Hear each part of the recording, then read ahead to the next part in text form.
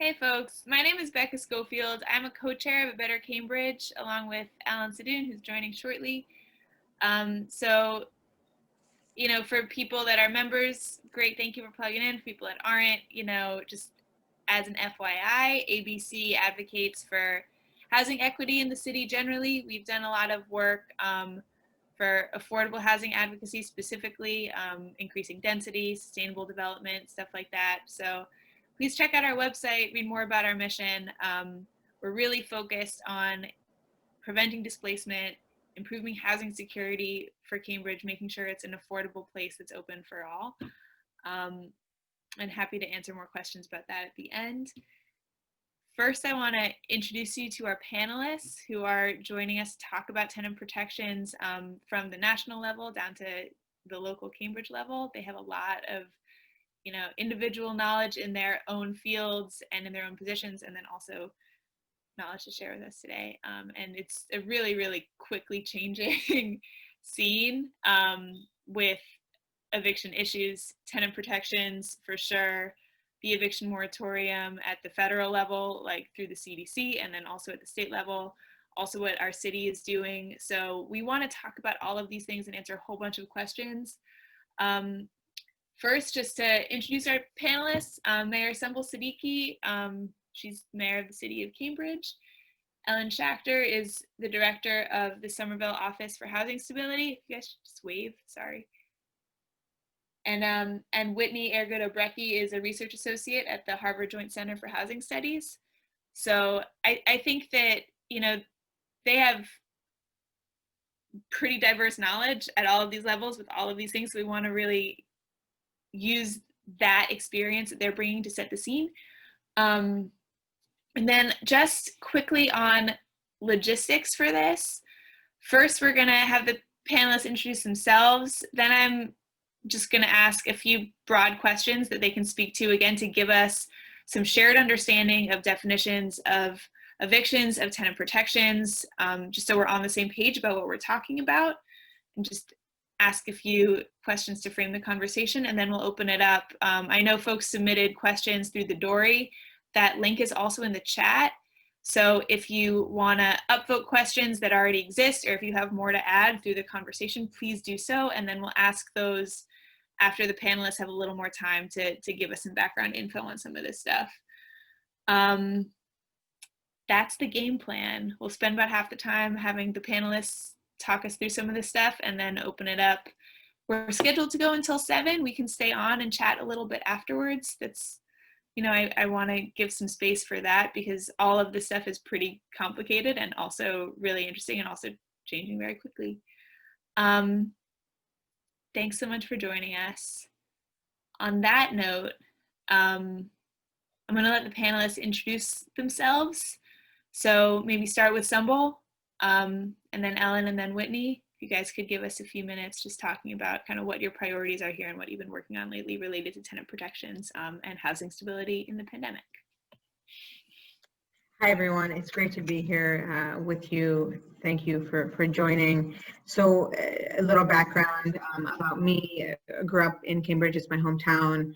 I was very fortunate to grow up here, and I benefited from living in affordable housing and having my family have access to that. So I really wouldn't be here without that. And so for me, having benefited from various public policies, I have a very strong desire to ensure that these resources are available and robust for our most vulnerable families. And so, I think that goes into the work that I ended up devoting myself to, which has been public service. I became a legal aid attorney as well. And so, and I know Ellen has, she's someone has so many years of experience in this, and a lot of that work I've become very passionate about as well, and believe that housing is so essential to the health and safety of our neighbors. And so I can definitely get into a little bit more in the questions coming up about exactly what the city has been doing since COVID, and then some of the things that we're working on currently. But that's a little bit of background on me.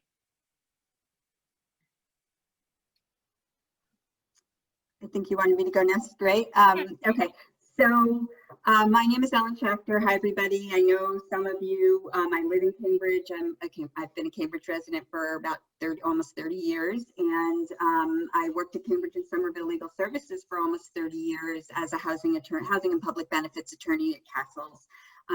About 2 years ago, I moved over to the Somerville Office of Housing Stability as the director there. And I'm just going to tell you a little bit about what we're doing, and then hope the rest will come out during the questions. So the Office of Housing Stability is an office that has two big components, one of which is direct service to tenants at risk in the Somerville community, and the other is policy work. My particular role is to work on policy at the state and local and administrative levels, to try to, do whatever we can to achieve stability. And I always give my little three-pronged stories. But for housing stability, I visualize this as a stool, and that with any one of the three legs of this stool, it all falls down. And in my mind, what those three legs of a stool that create housing stability, are increase in affordable housing, directing affordable housing to those most at need, meaning to make priorities for people who are otherwise at imminent risk of having to leave their city if they aren't able to access that housing, and then robust tenant protections. Just philosophically and generally, I share the belief with probably many people here tonight that housing is a human right, that ideally in our perfect world, everybody would have access to affordable housing that they needed, and through the government or otherwise. In the real world that we live in, we also have to be thinking about the private market and how we can regulate the private market enough to make sure that tenants are able to afford to both have access to publicly funded affordable housing, to affordable housing generated through regulatory policy, and otherwise. So just very briefly, and then I'll be done, a couple of the particular policy initiatives that we've been working on, that I've been very involved in, both again at the local and state level, our right to counsel. And I know that that is the right for low-income tenants and small landlords to have access to attorneys in eviction cases. People may or may not know that that exists in the city of New York, in the city of Philadelphia, in the city of Los Angeles.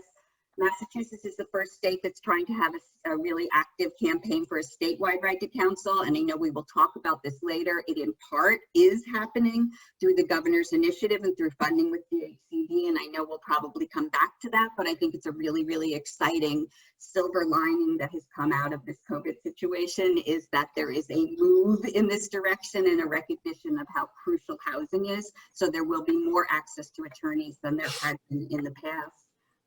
Working very actively on a real estate transfer fee to generate money for affordable housing. Working a lot on simplification of rental assistance programs, of RAFT and other programs, to make it easier for people to access rental assistance. And then tenant right to purchase, which people may or may not know is a piece of state legislation that would say if a building is going up for sale, that not only would that tenant have a right to purchase, but that nonprofits or anybody who is going to keep the building as affordable housing would also have a right to match any price on the private market to get those buildings out of the speculative market and into something that can be maintained as affordable housing. So lots more to say, but that's a little bit about what my office has been working on, and nice to see you all again. And we'll have lots of chance to talk. Thanks. Thanks so much. Whitney, do you want to introduce yourself and talk a little bit about what you're working on? Yeah, sure. I'm Whitney Airgood-Obrycki. I'm a research associate at the Joint Center for Housing Studies, which for those who don't know is a small research center at Harvard, and we focus on all kinds of housing issues, including demographic and neighborhood change, housing markets, homeownership trends, housing affordability, and my area of specialty, which is rental housing. Our work is entirely national in scope, so I am a Cambridge resident, but I often don't know much about what's going on locally or at the state level because I'm focused on the federal and national policies. But we do look at key trends in the housing field. So I've been with the center for about 3 years and came here off of getting a PhD in city and regional planning at The Ohio State University. So I've been a housing researcher for 8 straight years now, and it's really been my focus. So my work in particular focuses on rental housing markets and on renter households. A lot of my research is related in some way to the lack of affordable options for lower income households in particular. And this year, unsurprisingly, we've really been trying to take some time to figure out what COVID is going to mean for housing markets and for households at the national level.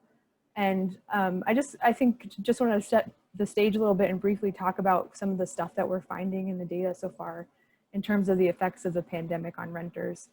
And the big theme is really that the current recession is just piling on top of an existing affordability crisis. We saw after the last recession that renter income just totally plummeted. Rents just kept increasing due to this influx in demand from homeowners who went into foreclosure and then found themselves with no other options but to rent. And even in the recovery period, we really didn't see any improvement in affordability. So we're going into this current crisis with just over 20 million renter households who are cost burdened, which means they're paying more than 30% of their incomes on housing. That's nearly half of all renters. And we've also been steadily losing lower rent units for a long time, especially in the last 5 years. It's been happening rapidly. It's just creating this really increased competition for affordable units, especially at the lowest end. So the pandemic comes at a time when we're already facing all of these problems, and it's really hit renters especially hard. Just over half of all renter households from the latest census data reported losing at least some employment income from mid-March until about mid-September. We have 16% of renters who are reporting that they're behind on rent payments in some respect. And about 2% are saying that it's extremely likely that they would be evicted in the next 2 months. And it rises to about 7% if you include the ones who say they're somewhat likely to be evicted. And of course, there's just this major racial disparity to all of this, which I'm sure you all know that Black and Hispanic or Latino households are more likely to have lost income. They're more likely to be behind on rent payments in this current period. So we're looking at the data right now, and it just looks very concerning. We're definitely concerned about how much worse the affordability challenges could get in the coming months and years, and how this is just going to widen some of the socioeconomic and racial gaps that already existed going into the pandemic, and just seem to be exacerbated through all of this. So thanks for having me here tonight, though.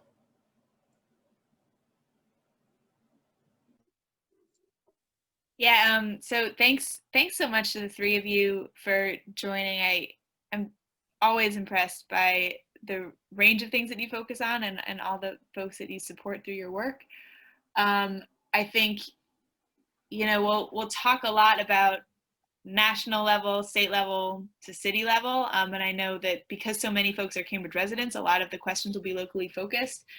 But it does, feel really, really important to set the stage here, especially based on all the national level news you've been hearing. So I want to pick up on a lot of what Whitney talked about just in her comments on the pre-pandemic affordability crisis that we were already in. And, I think not just that we all were engaged in this beforehand, and in Cambridge specifically, the housing crisis was visible in Metro Boston, in cities around the country.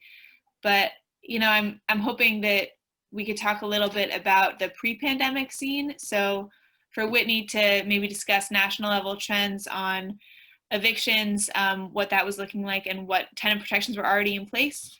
And Ellen to talk a little bit more about what she's working on the state level. And then we'll jump to Sumbul and the work that she had been doing locally. So that's kind of how I'd like to structure the next section. Start with Whitney. Yeah, so in terms of eviction trends, it's a little bit fuzzy to measure. It's a little hard to estimate, in part because it can be measured in a bunch of different ways. So there's threat or informal evictions, there's filings, judgments, and then executed evictions. And then on top of that, the process and how publicly available that information is really varies from state to state. It's additionally complicated by the fact that there are serial filers who will go back and file against the same tenant multiple times to try to get back rent. And so that can inflate some of the numbers in tricky ways. All that to say, it's a very difficult thing to study and measure, which is in part why our research center doesn't really focus on evictions for the most part. There are a few research shops that really do. So with all of that preamble, the American Housing Survey, which is a large national survey, they have a question about households that were threatened with eviction, and that puts the eviction rate at about 2%. It's actually not far off of what the Eviction Lab has estimated for the national rate based on eviction judgments, which is also 2%. And they find that that's been relatively stable over time, rising to about 3% around the last recession. And certainly there's some weirdness going on now with the patchwork of moratoria and different policies from state to state. In terms of sort of the momentum, I think, local advocates, I think, Ellen and Sumbul are perfect examples of this, have known about the problem of eviction, have been working on this for years. Renter households have certainly felt the pressure of this for a long time. But when we look at the national level, we've definitely seen this growing awareness in large part because of the book Evicted and Matt Desmond's work and the foundation of the Eviction Lab, which is really laying out this argument that eviction is feeding the cycle of poverty and is not just a symptom of poverty. And so that amplified awareness has really been producing this momentum for tenant protections on a larger scale. But I would say we haven't really seen that come to fruition at all in terms of like sweeping national legislation before the pandemic and sort of blanket coverage. We've seen more emphasis definitely in different bills that have been proposed, in different political platforms that are incorporating ideas about rent control and tenant protections and are really seeking to improve affordability, but there always seems to be opposition that prevents it from really coming into law. So I would say some of that momentum, though, did result in two major pieces of state level legislation last year in Oregon and California that really expanded renter protections and sort of rent control measures. So both places implemented what were essentially these anti-rent gouging measures that limited rent increases. They also both expanded just cause eviction policies for renters. So those were two, big states where there was a lot of local advocacy that helped push those through as well. We're also just seeing, though, a lot of housing momentum in general in the last year, and it's mostly related to this just growing unaffordability that we just have to face in some way.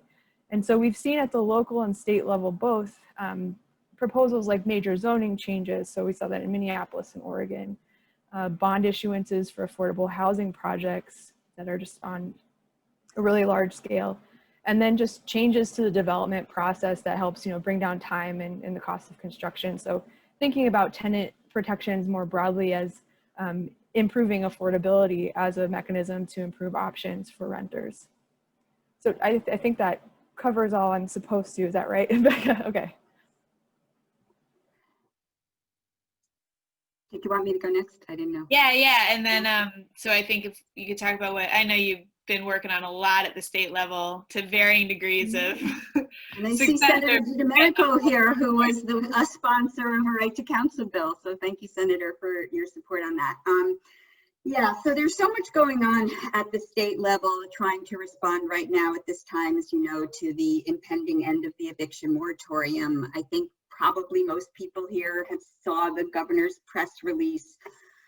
Behind the scenes, there's been a lot of work trying to both get the Right to Counsel passed, trying to figure out a mechanism for further continuance moratorium on evictions. So there is both, people may or may not know, but there is a housing guarantees bill that's pending at the State House still currently, which would continue moratorium for up to 12 months. Interestingly, and I think importantly, would provide a funding mechanism for landlords who have lost rent as a result of their tenants' inability to pay rent. So it would allow a tax credit dollar for dollar for landlords losing rent. And then it also provides for some tenant protections. It provides for just cause eviction, locally, to be locally determined and locally enacted. So it's enabling legislation, which would allow each city or town to have just cause laws, which would essentially prohibit eviction except for certain specified reasons, health and safety, wanting to sell the building, certain other things that would be good cause for eviction. And it would provide for no rent increases for a 12-month period during this pandemic. That legislation is still pending, but simultaneously to that happening, there has been a convening that was convened by Judge Gantz, who some of you may have known just passed away. Tragically, he had brought together this whole coalition of the courts, the legislature, advocates, et cetera, to really try to figure out how to stabilize tenancies in what was anticipated to be, as they called it, the tsunami of evictions. That group determined currently annually every year, there are about 40,000 evictions in the state of Massachusetts. Right now, there are evictions that occur both in the housing court and in district court. You know, there are different predictions, but right now I can give you a sense of what we're seeing and what some of the other agencies are seeing in terms of demand and what we're likely to see going forward. Just as an example, the Office of Housing Stability was designed to serve about 275 families in a year through direct service.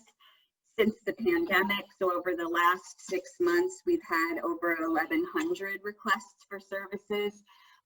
So we're seeing at least three times essentially the number, well, maybe 4 times the number that we had originally anticipated seeing or really had capacity to serve effectively. The RAF just put out a report. I think people probably know about RAF, which is the state rental assistance program that the governor is now revamping, and we can say more about that. But so Metro Boston had seen 1.6 times the normal RAF applications, and the Housing Consumer Education Centers, HCECs, had seen 100% increase in capacity. So overall, with all of this, it's being estimated that there will be somewhere over the years period, right, between 60, 80,000 evictions, potentially up to 100. MAPC is using the Metropolitan Area Planning Council has used that 100,000 evictions figure.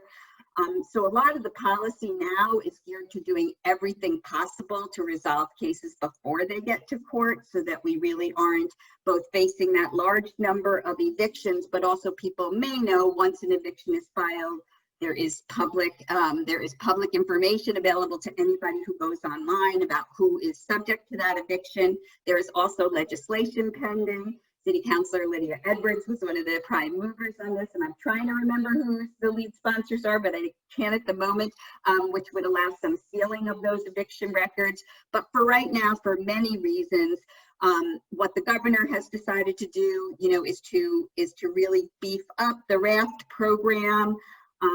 A group of advocates had been asking the governor to commit $350 million towards RAFT and right to counsel and a few other things. The governor has put out about $117 million proposal. From what we understand, it's actually about a $64 million increase to the RAFT program over what was already expected to be allocated in FY21. They're going to increase for each family up to $10,000 the amount that family is able to get in order to stabilize their tenancies. And in exchange, they're going to ask landlords to keep those tenancies stable and not to take any action for eviction, at least until March 31st for all tenants and until the end of June for tenants that have school-age children. So that's one piece of this, and I know I could go on forever and I won't, but the other piece of this, the right to counsel piece, and I do want to say there is broader right to counsel legislation that is still pending that would be sort of for all tenants in all situations. What the governor has done is to carve out a piece of that for COVID-related cases so that there will be a system for housing court only, not district court. There will be a system by which if people are otherwise unrepresented in their, and I will say this is a whole other issue, in their Zoom hearings, evictions are going to be on Zoom and going to be virtual, which creates a huge problem for technology access. But there will be able to be people hooked up at, there's going to be a 2-step eviction process. It used to, you get 1 step and that's your trial date. There's now both in housing court and in district court going to be an initial status conference.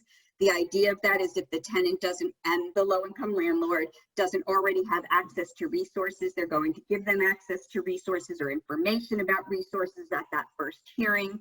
And then they will be hooked up if they are income eligible. Right now, that still looks like it's going to be below 200% of poverty, but that's still in the works, that they would have access to an attorney. And I think what you will see is that attorneys are trying to figure out, this is a 12-point-something million funded program, how they're going to triage so that some people are going to get, people with less barriers, less needs, and possibly those who have the least sustainable tenancy situations may get some advice or one-time assistance, and others will be given full rep. And I think what a lot of what's going on now is trying to figure out what the priorities should be for that full representation. So I will stop because I know this is a lot, but that's some of what's been going on in the state level that I have been involved with in terms of dealing with the potential end of the moratorium. Yeah, I mean, thank you for that. And I think we're lucky that the state is doing so much, and that so many people are engaged and involved. I think that that's, important to remember given our federal context for sure. And Ellen, it would be great to, if you want to drop things in the chat, or we can send it out to people after, but just more details on the policies you're thinking about, stuff that people are focused on in this time. I think right to counsel is definitely something that we've talked about locally as well.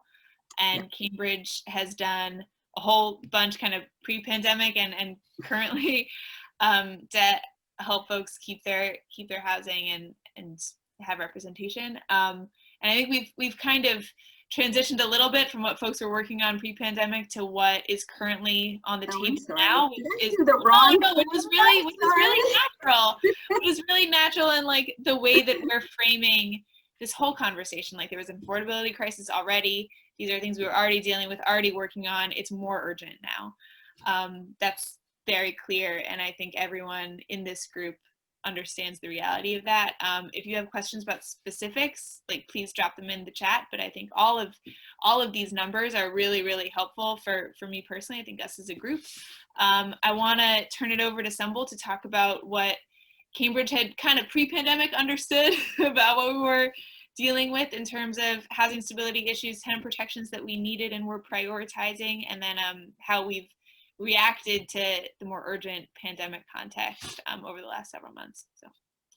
Yeah, sure. So, I think Ellen highlighted something pretty well that, cities like Cambridge need the state to act first on many things. We have something called Chapter 40P that essentially says that, the cities can't do anything about, rent and such measures without, some help from the state. So that complicates what we can do on the local level. What I will say is on the local level, there have been things that we were working on pre-pandemic and now have kind of take on even more of an urgency. So I think I'll highlight a few things that, that all of you should know about. The overlay was something that was ordained very recently. This is just one tool that the goal of creating more housing for more families,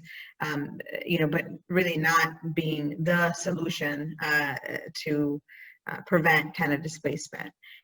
So on that note, even before the pandemic, there was a lot of discussion at the council level about tenant rights, right? And how do we increase education?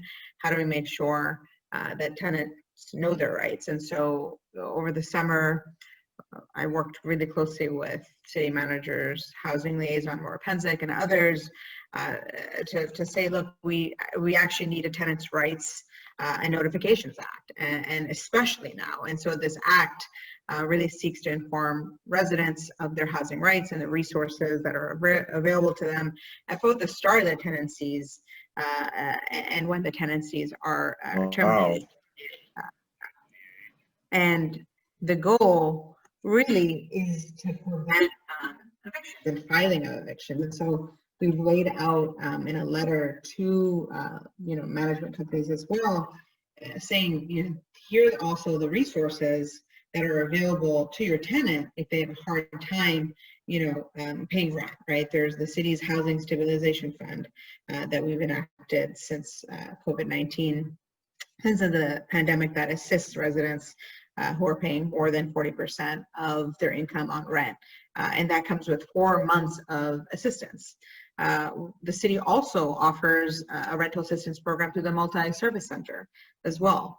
And then, as Ellen has mentioned, the state has the RAFT program and some other programs that exist that can help tenants with the rent, thereby, helping the landlords. And so I think really it's about that education piece and wanting to make sure that we're keeping as many of our families housed as possible. So I think this act will be really helpful. I think it could have been helpful, definitely pre-pandemic, but especially it's helpful now. And I think right now, working with my colleagues on the council, we're figuring how, we're looking at the Cambridge eviction moratorium as the state one ends and seeing, are there ways to strengthen this moratorium or not? So all that is in the works. I think to a point Ellen made earlier, some of the work that came out of the displacement task force was thinking about who is filing evictions and why, and how does the city do a better job of making sure that even these filings don't occur. And the simple filing of an eviction has a huge impact, and it can be a serious barrier to a potential tenant's access in securing housing. So regardless of fault, outcome, or underlying basis for filing, that mere fact that a potential tenant was a party in an eviction or a housing case may give a property owner a reason to reject that tenant's application. So, that Senator Boncour, City Councilor Edwards, they've put this eviction record sealing legislation forward. That would make a huge difference. I think going back on that, there have been other cities, Minneapolis, for example, and Boston, working closely with their housing authority to say, look, you were filing X amount of housing evictions. Let's get that number down to 0. And so I talked to Mike Johnson from CHA early on and gave him this report that had been done about just the impact of eviction filing. And CHA has gone ahead and they have an eviction task force looking at why they're filing evictions and really wanting to not do that. And I think, the next step is really encouraging all our housing providers to just do the same, because that simple filing has such an effect. And if it's, a non-payment of rent situation, there are these other resources that can help. So, I think it comes down to a lot of education, a lot of, making sure that the city on the local level has those resources in conjunction with the state. But again, some of these funds, they have income limitations, right? So I do know that there are some families who really need that, but are not being able, who really would love, who are not getting access to it because they're not, they're right in the middle. So how do we help those families as well so they are not evicted or an eviction is not filed? And so there's a lot of work to be done in regard to that. So the city is we're working on it. It does seem very slow. It takes so much time, but I think this pandemic also, just the way this the Resource Act has come out, wish it had come out sooner, last term pre-pandemic, but there's things that we've been able to move forward on. Thank you. That's really helpful to understand, and I think answers a lot of the questions that people had going into this. I think it's also important to recognize that tenant protections just broadly is definitely pre-eviction to post-eviction, getting people rehoused. Like it runs the gamut in terms of what people are managing with housing stability. So maybe you're just cost burdened and you need a little extra support to pay your rent. You're not at risk of eviction specifically, but then it's everything Sumbul talked about, preventing eviction, keeping people in place for the long term, what they need to do if they have to go to court, if that pressure is on. So it really, in terms of the timeline of someone's tenancy and the risk that they're in, it's a very broad range. And And I think just to transition to one other topic that I wanted to get some insight from our panelists on before we open it up to everyone's questions. I think just again, start with Whitney and then zoom back in. If we could talk through maybe what other cities are doing, what's happening at the national level, some actions we can take, what the eviction moratorium, you know, at any level just doesn't cover, and how we can start to push for it to be more aggressive, you know, as people that care about this but don't necessarily have a legal background, or this isn't what we do professionally. So if we could just kind of run through the group again, everyone say a quick word on that, and then I'll open it up to the questions folks have been submitting. So I think if it would be helpful, I can talk about the CDC moratorium a little bit and where some of the gaps are in that, I guess. So the premise of the CDC moratorium is it was in place in September. It goes to the end of the year. There are 5 requirements to be covered under the moratorium. So you have to have used your best efforts to have obtained rental assistance. There are income limits to it, or you have to have received a stimulus check. You have to be unable to pay your rent because of either income loss, wage loss, or medical expenses that are burdensome. And the 4th is that you also have to be using your best efforts to make at least partial payments or as close to full payments as possible. So you're putting in what you can. And then the 5th is a little tricky. It's that eviction would result in homelessness or in a shared housing situation, because the CDC moratorium is focused on the public health aspect of this. They don't want people doubling up or in overcrowded situations, but it specifies because there are no other available housing options for you. So those are the 5 requirements. Under this moratorium, then tenants have to sign a declaration stating that all of these are true and present it to the property owner. It covers non-payment evictions that had already been initiated. And unlike the previous federal moratorium, there is some teeth to it, though a question as to how it's enforced, where there are fees if this is violated. And it still also doesn't prevent evictions on other grounds. So that's one of the gaps there. There have been a lot of issues even so far, and tenants not knowing that they're covered, landlords not knowing about the order, what it means. And then early on, courts were sort of handling this differentially and how they were upholding it or dismissing it. So like the previous order, it also doesn't forgive rent, which is one of the central criticisms of the first order, that it was a eviction moratorium without any additional support. So it's kind of kicking the can down the road in some respect. There was some of Friday night guidance that was just released that also said that landlords can now challenge a tenant's declaration if they don't think it's true. So that puts more burden on renters to prove that the items in the declaration are true. It also allows landlords to start the eviction process even though the tenants can't be actually evicted, so actually removed from the unit until after the moratorium expires. But it does mean that it can be filed now, and it can in some ways put pressure on tenants to move out early before the end of the year and before this is actually enforced. The other piece of it is that a landlord doesn't have to share that tenants have this right, or that this declaration form exists, and offer that as an option. So there are still some pretty big gaps in the current moratorium, which I think just underscores the need for these additional protections at state and local level, and just underscores the need for additional forms of assistance to go with this. Great, thanks, Whitney. So a couple of things that I did want to just loop from that into what I think is missing from the state moratorium, and why I think that the Housing Guarantees Bill is a really, really important bill.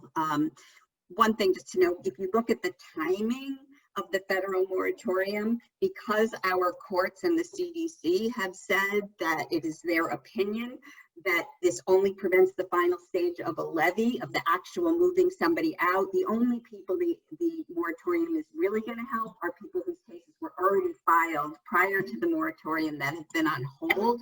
If somebody starts out now with a notice to quit, they're not going to have a levy before the end of the year anyway. So we're still trying to get tenants to sign these declarations, because we think that that's important for the court to see that they're doing so.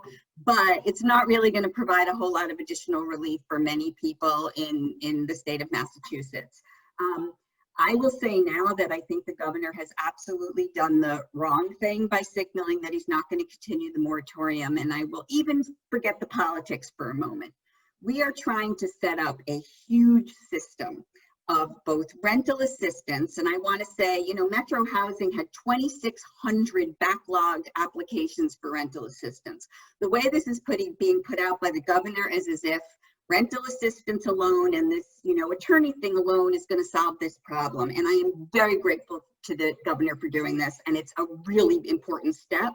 But we don't even have time to put the systems in place right now that the governor is funding in a really effective way. So at a very, very, very minimum, and this is really ultimately going to come down to the legislature. So I see, you know, ultimately, even if the housing guarantees bill, which I'll talk about in a moment, cannot get passed, I hope that people will see that at least extending the moratorium till the end of this calendar year, just like the federal moratorium has done, will give us time to put the systems in place in an effective way. Right now, this moratorium ends on October 17th. We don't have the hotline number to call for the legal assistance. They haven't put out the rules about what the new $10,000 raft is going to actually look like and what kind of documentation is going to be required. None of that is in place. So it is really a nonsensical and it's just counterproductive for this process to be starting now in October when we don't have those systems in place. So, you know, I would like to see a much broader moratorium. I would like to see the housing guarantees bill, which gives us 12 additional months and compensates the landlords for any missed rent. I would love to see that with just cause eviction, which temporary rent increase protections. But short of that, I think we really, really need to be looking at a moratorium at least through the end of this year to get the systems that need to be put in place into place. And I do want to just say about rental assistance, it's not only about the money available, but there need to be people who are funded to do this work. In my experience, non-English speakers and people without computers are not able to effectively access rental assistance without help. We are spending so much time helping people just access what is supposed to be a state program that tenants are able to access on their own. So a big part of this, in Somerville, for example, 72% of the people that were seeking rental assistance had a language other than English as their first language. The disproportionate impact on communities of color, particularly just in Somerville, in the East Somerville Latino community, were just huge. So we're now, as I said, we're hiring 6 people to temporarily help those populations get into and get access to rental assistance, but that doesn't exist around the state. There is just not that kind of infrastructure. And I really think a couple of things. In this money going to RAF, we need to make sure not only that the dollars going to tenants are adequate, but that the administrative dollars are adequate, so that these are adequate, so that agencies have the ability to hire bilingual people, which they don't have enough staff right now that speak other languages other than English, and that they have enough so that they can reasonably do this with enough time. You know, just to be very brief, the big problem right now is that there is no legislation that has happened that says a landlord can't evict if a tenant is able to come up with the rental assistance. The time frame of evictions moves really, really quickly. And what the governor is putting into place is a voluntary system where the landlord and tenant have to both agree to continue a case in order to see if we can access rental assistance. And even that doesn't guarantee that if it takes us 6 weeks, if it takes 8 weeks, that they're going to stay in that continued process. So if you were to ask me very simply, what are the bottom lines I would like to see the legislature do at the state level if we can't have everything we want in the housing guarantees bill? You know, extend the moratorium at least until the end of this calendar year. Put in place a law that says that landlords have to cooperate with the process for filing of rental assistance, because right now it's totally up to them. If we don't get documents from the landlords, we can't go forward. Tenants get penalized. And then 3, extend the cure date. Give the right to tenants to avoid eviction if they can come up with the money due. And just say, as long as they are in good faith dealing with the rental assistance process, and that there is a decision on that application, yay or nay, that if there's a yay, they cannot be evicted. mandatorily like a cure. Massachusetts has a right to cure, but those cure dates are 10 days from the date a notice to quit is served for tenants at will, and is until an initial answer date for tenants under lease. There simply is not time within that system to adequately access rental assistance to even know what is going to be available to tenants. So those are sort of like the bottom line, most important things that I would like to see the legislature do, and I can see it sometimes up. No, I mean, that's, in case folks aren't already freaked out, that's, you know, at least some stuff for us to call legislators about for sure, and pay attention to as bills get revised. And, you know, we keep reading about it, we keep seeing the media write on this stuff, and I think folks don't necessarily know if it's good or not. So to have that kind of perception of the good parts and then all of the gaps in all of this is really useful. Sumbul, do you want to get to what we're doing locally, and then we'll open it up? I think Ellen and Whitney, you know, mostly covered and did a great job of, you know, what's missing. I think on the local level here in Cambridge, we, you know, back when everything was happening in March, we, you know, activated the Mayor's Disaster Relief Fund. With that, we had about 7 different languages, right? And we're not doing that now. And so I think that that's a gap. We are hiring. So it is about getting these resources to those who whose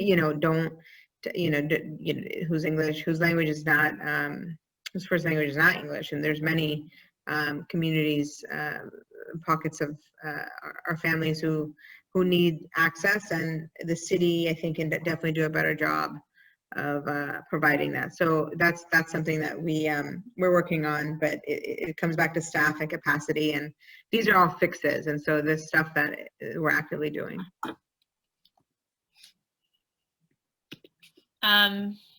That's, yeah, really helpful and great work all around. We've gotten some questions through the Dory, but honestly, you guys have answered most of them in a way that I think is really comprehensive. There are a few that I just wanted to bring to this group, and then we'll call it, and folks can kind of stick around and dig into this a little more if they'd like. First, just talking about the landlord-tenant relationship a little bit more. Someone referenced an article in the Globe, but I think that this has been nationwide something that people are really focused on, how landlords are protecting their tenants, how they're engaging with tenants. What have you heard about landlords in Cambridge or at the state level doing to support their tenants, give a little bit more flexibility? Like, what are tools that landlords have to make this a little bit smoother for people that are cost burdened? Say one thing about that first, which is just that people, so my office helps low-income homeowners get access to foreclosure assistance. I think people don't always know and aren't always aware that the RAF program is also open to landlords for mortgages. So I've helped a number of 2-family and 3-family owners who have lost rental income get mortgage assistance to actually pay their mortgages. And just for those who don't know, you know, the state law requires 6 months of forbearance on mortgages. And at the end, this is the big thing, is that at the end of that period, before the state law passed, even if if landlords were able to get forbearance on their mortgage, they were making the payments due at the end of that 6 months, which is kind of ridiculous, because if you didn't have it during the 6 months, you're certainly not going to have all 6 months of it immediately at the end of the forbearance period. But state law did provide that has to be tacked on at the end of the period or added into the payments going forward. So there's no immediate need to pay that amount. So I'd say that the one thing I will say is that ends October 17th. So if there's any owners that we need to communicate with to say, getting your request for a forbearance, you want them to have communicated with their bank in writing before October 17th if they have not already. Make sure that people understand that they are eligible for mortgage assistance. I think there's a lot of lack of knowledge of small owners about the possibilities, since we so often focus on rent. And the last thing I would just say is, fortunately, rental assistance is a win-win proposition. You know, it is actually something that helps both the landlord and the tenant. And so I have seen many landlords who are working directly with me and with our office to try to sort of cooperatively make that happen. And I will say, I don't know how much it's going to help, but the RAFT program, one of the things the governor rolled out was that landlords will be allowed to apply directly for RAFT for missed payments without having to wait for a tenant to do that. Unfortunately, it's not going to speed up the process because they're still going to have to get all of the documents from the tenants as well, but it does speed it up a little bit because at least the RAFT, the part of getting the property owner documents is already done, and you know you're going to do that. You don't have to worry about whether the landlord's going to sign the papers. That's all initiated. So again, I think we need to really recognize the plight of small landlords here and come up with solutions that help them pay their mortgages and help tenants to avoid eviction, and to think about where there are places that this comes together for win-win solutions. And I think the Housing Guarantees Act that's pending now does that, and I think the expansion of RAFT does that as well. There's another question specific to Cambridge that we recently passed an order requiring landlords to give tenants information on their legal rights related to this. What's the timing of that? Like, when will tenants have access to those materials? When will landlords be required to give those out? So actually the ordinance is, I think that today is the effective date. October 14th is the effective date. So we have a website. It's cambridge.ma.gov/tenant rights. And so that has a lot of the information. There's the ordinance, of course, there's a frequently asked questions guide, and then there's a rights and resources guide as well. And so there's been a mailing that's gone out. Hopefully, this week the property managers and owners will receive this letter that details that information. And so that's live. So the effective date is today because the city council ordained it September 20th. We ordained it on September 14th, and it had an effective passage day 30 days after. So today is October 14th. So it's live. So that's the requirement. But I'm happy to share that in the link, and there will be more information the next few days, really getting that out.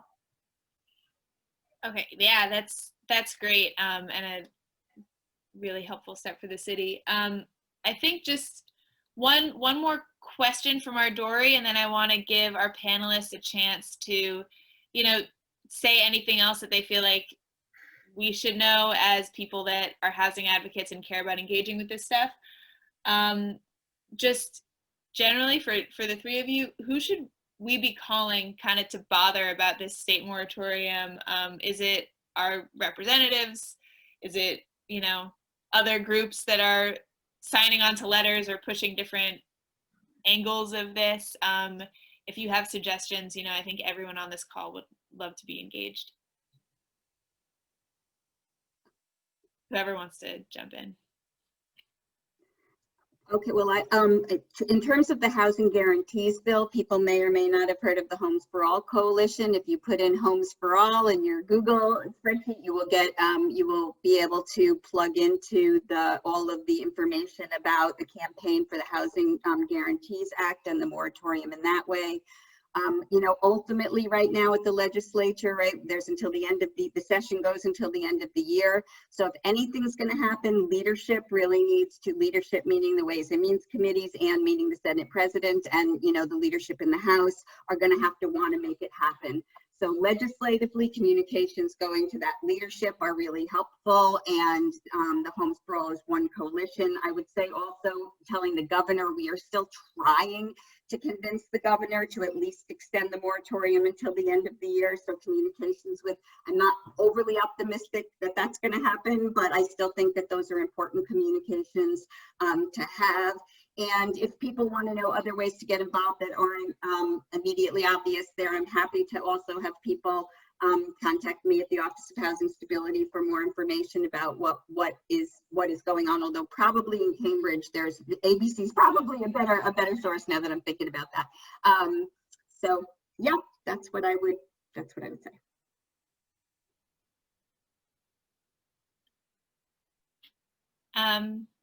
Great, and I think, if Whitney or Sumbul, if you have anything to add, just to kind of wrap this up, anything that you feel like we've missed that you care about telling this group, that would be wonderful.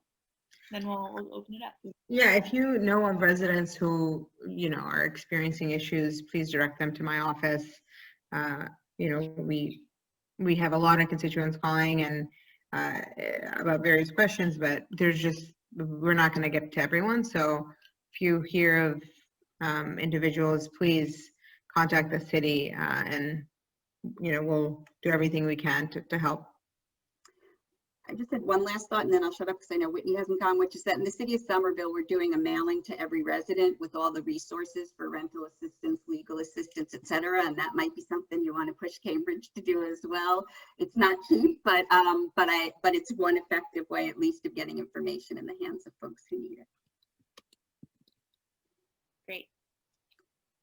I don't have too much to add. I guess I'll add the sort of data nerd component. If you're interested in the work we've done around COVID, and we've looked at renter housing, we've looked at older adults, homeowners, all kinds of things. We have a series of blogs up on the JCHS website. We're also releasing the State of the Nation's Housing Report mid-November we're working on now, that has a lot about the state of rental markets and trends that we're seeing. So I would just encourage you to check that out if you have questions about where we are in sort of the national and what's the data story that's coming out. And other than that, I appreciate the work that all of you are doing at the state and local level. And it's really exciting as someone who studies national housing policy to see that, like, the place where I live is doing really innovative things that we can highlight and can use as models. So it's really inspiring, and I hope that the thing that comes out of all of this is that we build compassion for people who are facing housing instability and who are facing income loss, and that we can build some stronger programs out of this. So thank you guys for the work that you do as well.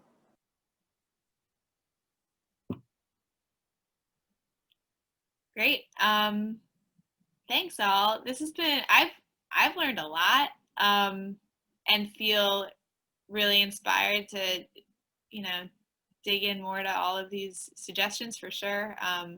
Read more about what we're doing, and I think that, for folks that are new to ABC or new to some of this work that our panelists have been talking through, definitely reach out, through our website, through my own email.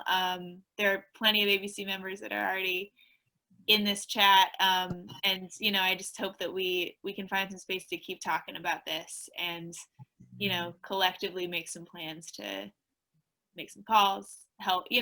Ellen, you said that people could volunteer to do some translation, support some of these applications for rental assistance. If that's something that's appealing to you, we can make all the connections needed to help folks that are really on the edge of housing stability in this pretty crazy, scary time. So on that note, if you want to say something, you can turn your video on, you can drop something in the chat. Just kind of, we can open up the conversation, just for a few minutes. Panelists are welcome to stick around, no pressure. I know that Sal had already asked if he could say something. So Sal, maybe if you want to kick us off with the question, and then we'll go from there. Sure. Not really a question, but I got to tell you, we should have all of you come up to the State House and do this presentation, because you could do a lot of education for a lot of us up there. But I want to thank the panel, Whitney and Ellen and our Mayor Siddiqui. Ellen explained most of what we're doing at the State House. But I wanted just to add a couple of things, because and highlight some of the things she was saying, because it's important for us to focus on a lot of things that we're doing up there, but also pinpoint where we can make a real difference. Right to Counsel is my bill, as Ellen said, so we've been working on that, and we've changed kind of the name now. We're calling it Access to Counsel, to try to make sure that everyone knows is they have access to counsel. And a lot of the things that we're talking about in terms of the $171 million the governor put up, we know it's a start, but it's definitely not enough. It's not even nearly enough what we have to solve this problem. And I'm getting already requests, if you can believe this, on his proposal to add more funding for intake workers and for translation services. So the plan came out just on Monday, and 2 days later, I'm already getting requests for the budget, if you can believe it, to add more funding to certain parts of his plan from advocates and from people who are working on these issues on the ground level. So there's so many moving parts here. This is a very complex issue, but in the end, it's a simple issue: keep people in their homes. And how do we do that? So resources are very, very important, but how we spend them is equally important, and where we focus our attention. So we're doing our best at the state level. I am supporting the extension of the moratorium. So, and I can say that the legislators in Cambridge, our delegation in Cambridge, I can speak for them because I know where they stand. We all want this in Cambridge, and focusing your attention and how do you make a difference in getting these bills passed, and this, the guarantee housing stability bill, which is, would solve a lot of issues while we're trying to ramp up the programs the governor's putting in place. That has to get passed. There's really no option here, because the right to counsel piece, just that little piece within the plan, is taking up to 6 to 8 weeks to ramp up. The governor wants us to ramp that up in 3 weeks, and that's almost impossible. It is impossible. It's not. It is impossible with the training and getting people in the housing court, setting up a system, a process, intake process. There's so many things that are new here that there's no way we can get things going to help people. And we all know that although the eviction process takes a little time to happen, when people hear you're evicted, many of them, 25% of them, leave their homes. They don't even bother going through the process. They don't even bother trying to get representation. They don't even know what their rights are. And Cambridge and Sumbul have, they're ahead of the curve in terms of trying to get people to know their rights and understand the process. But the majority of the state, it's not like that. It's not like that. And where I live in Everett and Chelsea, you hear you're evicted, you walk out the door the next day. And then you go into another home with a relative, and you're in one bedroom with 4 people in your family. And with COVID, that is there's no secret why the red communities are housing instability communities. There's no secret why that's happening. And really, we need to combat that, stop that. And this is a good first step, but there's a lot more work to be done here. And I just want to let everybody know on this call, let your friends know this bill that Alan talks about, that we talk about all the time in the State House, is an important bill to bridge that gap. At the very least, to the end of the year. I want to extend it to the remainder of the next year, as well as in the bill. And there's plenty of protections in there for landlords too. I know a lot of landlords don't understand that we're trying to work with everybody in this, because if they lose their homes, then the renters lose their homes. It's a vicious cycle for everybody.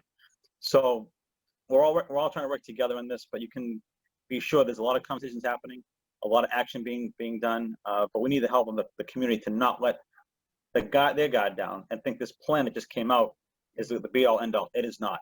It is not. We still have to keep pushing to get more. So I just wanted to make that point tonight. Yeah, thanks, Senator. We really appreciate you joining us and all the work that you're doing, and that definitely gave us a lot of inspiration and direction. So much appreciated. Thank you. Anyone else? Well, I haven't seen anything in the chat, but feel free to raise your hand or unmute yourself if you want to jump in with a question we haven't addressed. Yeah. I guess the big thing I want to know is, this bill, we've been talking about this bill since May, right? Like, this isn't a new bill. Mike Connolly introduced this forever ago. There's been marches there's no one on the State House who hasn't heard of this bill, but the moratorium ends October 17th. I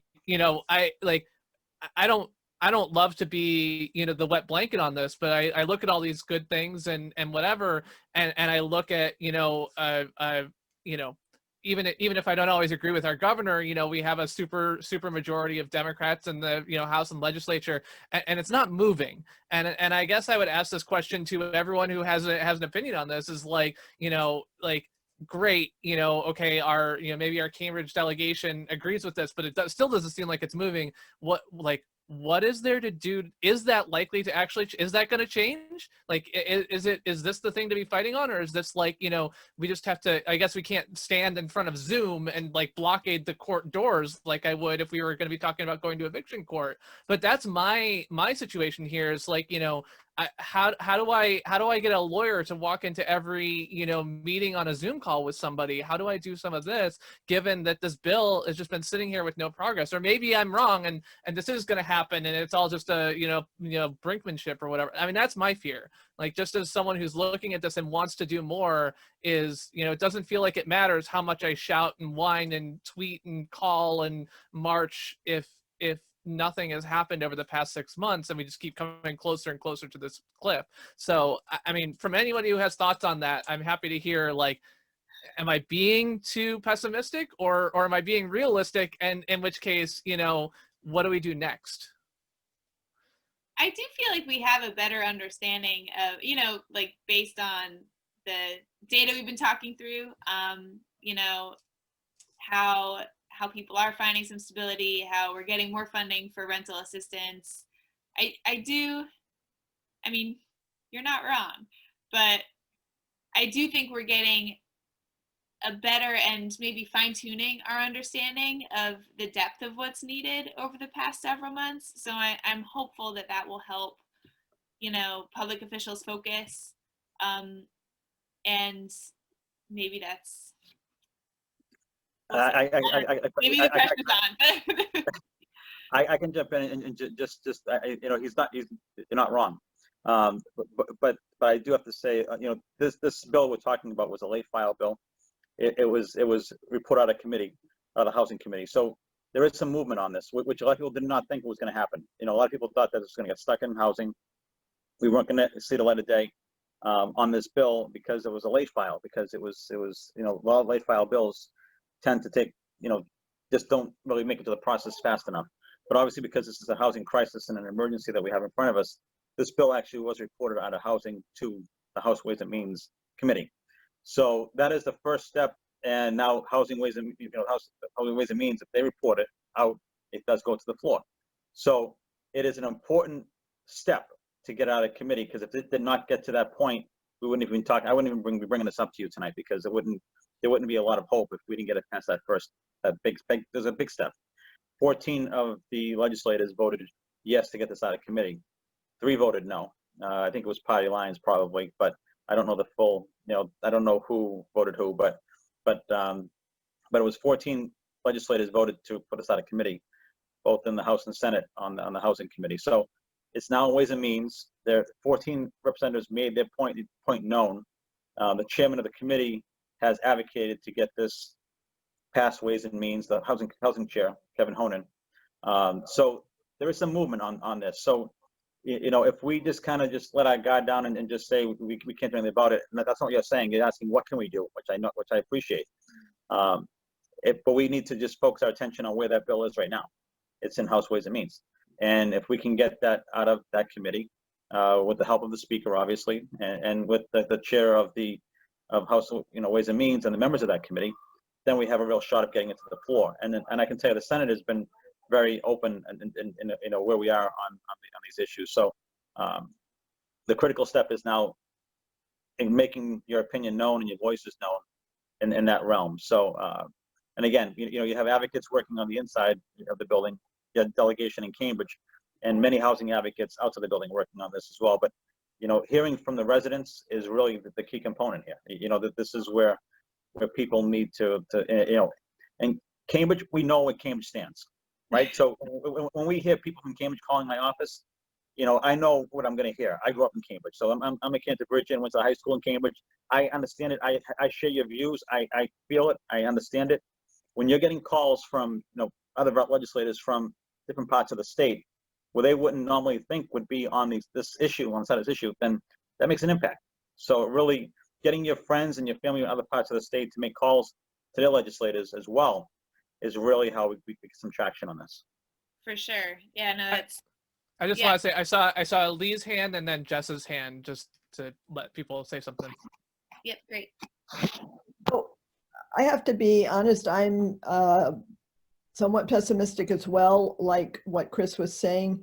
But if people are not already on email lists that give clear guidance about action alerts about how to support this bill and other housing bills, it's important to get on it. And I completely agree with what the senator was saying about there needs to be support from other parts of the state. It is always a problem when Cambridge wants to do something that maybe other parts of the state don't care as much, and therefore other legislators don't push for it enough. So I had mentioned in the chat that City Life Vida Urbana is doing really good work on tenant protections. They're also putting out action alerts on Mike Connolly's bill, and they are part of the Homes for All Coalition, which was mentioned earlier, and I think Ellen said Google it. So there's a pledge that people can sign on the Homes for All website, and that puts you on their action alert list. So I think it would be great if ABC took its email list and encouraged people to get on those lists so that they can be directly informed instead of having it like trickle through ABC. But I have to say that the only people that I've seen leading physical protests like Chris was calling for in person is City Life. And the event that they had a week ago in front of the State House, one of their member organizations in Homes for All was doing eviction defense right during the press conference in the rain. They were helping somebody who had gotten evicted move their stuff into storage so that it wouldn't be thrown out and ruined. So I think that's the place to go that exists. Yeah, so I to think Jess, go beyond calling your legislator. Thanks, Lee. Jess and then Whitney. Hi, yeah, so my question's kind of in the same vein of effective advocacy. I have no professional knowledge of any of this. I'm just big mad about all of it. I do have Sal as my state rep. Thank you, Sal, for your really great representation. And I have Mike Connolly.